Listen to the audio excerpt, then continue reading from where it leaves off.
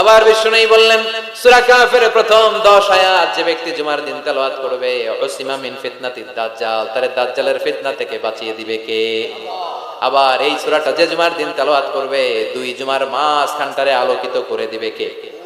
এজন্য জুমার দিন কোন সূরা সবাই বলতে হবে, মনে থাকবে সবার।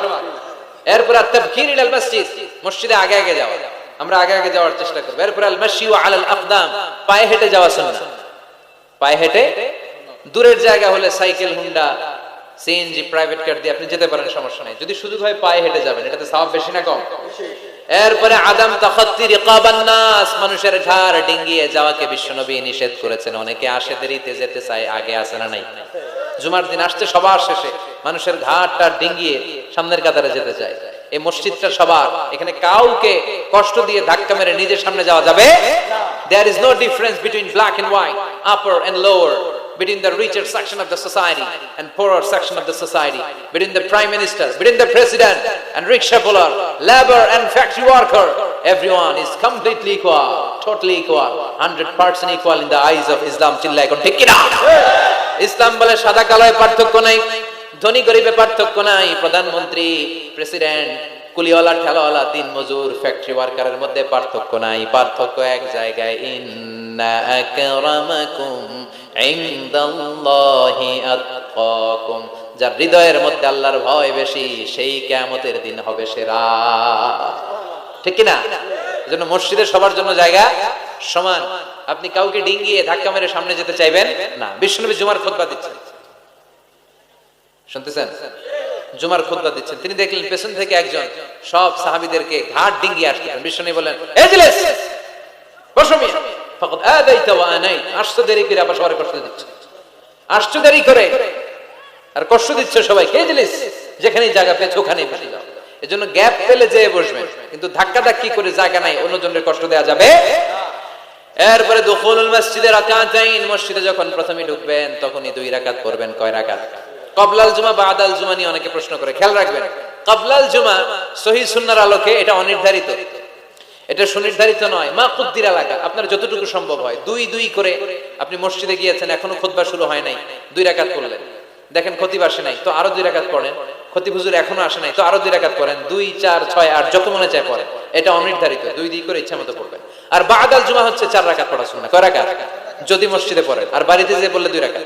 বিশ্বনবী বাদাল জুমা যতবার মসজিদে নববীতে পড়েছেন 4 রাকাত, ঘরে বললে 2 রাকাত। সুবহানাল্লাহ পড়েন। ক্বাবলাল জুমা বাদাল জুমা ক্লিয়ার। এরপরে বিশ্বনবী বললেন, আল ইনসাত ওয়া হুসনুল ইস্তিমা, যখন জুমার খুতবা চলবে কোনো কথা বলা যাবে না, কান দুইটা খরগোশের মতো খাড়া করে খুতবা শোনার দরকার আছে রাই। ইযা কুলতা, বুখারীর হাদিস, ইযা কুলতা লি সাহিবিকা ইয়াউমাল জুমআতি আমসিক ফাকাদ লাগাউতা, তুমি জুমার দিন খুতবা চলাকালীন সময়ে 2 জন কথা বলতেছে, তুমি যদি ওদেরকে থামতে বলে, এই থামো, এটাও তুমি ভুল কাজ করছো। তুমি থামতে বলছো কেন? এই থামো বলে তুমি আরেকটা কথা বাড়াইছো, ঠিক কি না? এই থামো, এটাও বলার দরকার নেই, ফাকাদ লাগাউতা, তুমি অনর্থক কাজ করেছো। এজন্য জুমার দিন খুতবা চলাকালীন pin drop silent, no talk, কোনো কথা বলা যাবে। এরপর তাহাউল মান গালাবা আলাইহি আন-নুআস মিন মাকানি, জুমার খুতবা শুনতে শুনতে যদি ঘুম আসে, জায়গা চেঞ্জ করে ওযু করে মুখে পানির ঝাপটা দিয়ে অন্য জায়গায় বসা সুন্নাত। সুবহানাল্লাহ কইবেন না? কি সুন্দর ইসলাম। মাঝে মাঝে জুমার খুতবা শুনতে গেলে ঘুম আসে না নাই? জুমার দিন ঘুমাই নাই এমন কোন আল্লাহর ওলি আছে নাকি এই জায়গায়? আমি কত ঘুমাইছি ছোটবেলা, মসজিদে ঢুকলেই খালি ঘুম আসে। সুবহানাল্লাহ কইবেন না? কারণ আমরা ঢোকার সময় কি পড়ি? আল্লাহুম্মা আফতাহ লি আবওয়াব রাহমাতিক, আল্লাহ রহমতের সব দরজা খুলে দাও। এত রহমত ঢালে, রহমতের ঠেলায় খালি ঘুম আছে না নাই? রহমতের বাড়ি ধারা ঝিরি ঝিরি যখন বর্ষিত হয় তখন আমাদের ঘুম চলে আসে। বিষ্ণু বলেছেন, যার ঘুম চলে আসে সে যেন জায়গাটা চেঞ্জ করে অন্য জায়গায় বসে, কিংবা মুখে পানির ঝাপটা দিয়ে আসে, কিংবা আবার যেন ওযু করে নাশাতা, তার প্রাণবন্ত একটা হৃদয় নিয়ে খুতবা শোনা শুরু করে দেয়। সুবহানাল্লাহ পড়ে। আবার বিষ্ণু বলেছেন, নামাজ পড়ার সময় কারো যদি ঘুম আসে সে যেন ঘুমিয়ে নেয়। নামাজ পড়ছেন আবার ঘুমাচ্ছেন, বিষ্ণু বলেন নামাজ চলাকালীন ঘুম আসলে নামাজ পড়বেন, আগে ঘুমাবে। কারণ সে যদি ঘুমের ঝিমুনির মধ্যে থাকে, আল্লাহর প্রশংসা করার পরিবর্তে সে আল্লাহর গালি দিয়ে বসবে। করতেছে প্রশংসা, চাইবে, কিন্তু মুখ দিয়ে চলে আসবে কি? গালি। মানুষের চাহিদা, ডিমান্ড, হিউম্যান ডিমান্ডকে আল্লাহ কত গুরুত্ব দিয়েছে। আবার বিষ্ণু বলেন, ইযা জাআল আশা ওয়াল আশা মান কদ্দিমুল আশা ক্বাবলা আল ইশা, এশা আশা দুইটা যদি একসাথে চলে আসে, এশার আগে আশা খায়া ফেলাও। এশা মানে রাতের শেষ নামাজ, মানে এশার নামাজ। এশা মানে কি নামাজ? রাতের নামাজ। আর আশা মানে রাতের খাবার, সাফর অথবা ডিনার। রাতের খাবারকে আরবিতে কি বলে? আশা। আর এশার নামাজের আরবিতে কি বলে? এশা।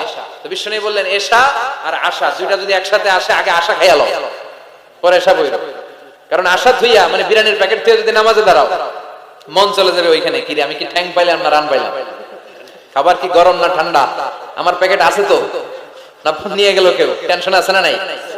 এজন্য এশা আশা একসাথে হইলে আগে আশা খাও, সুবহানাল্লাহ পড়ে।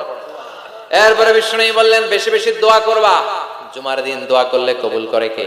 আল্লাহ। বিশ্বনবী বলেছেন জুমার দিনে ইন্না ফিল জুমআতি সাআ লা ইওয়াফিকুহা আবদুন ইল্লা আ'তাহা।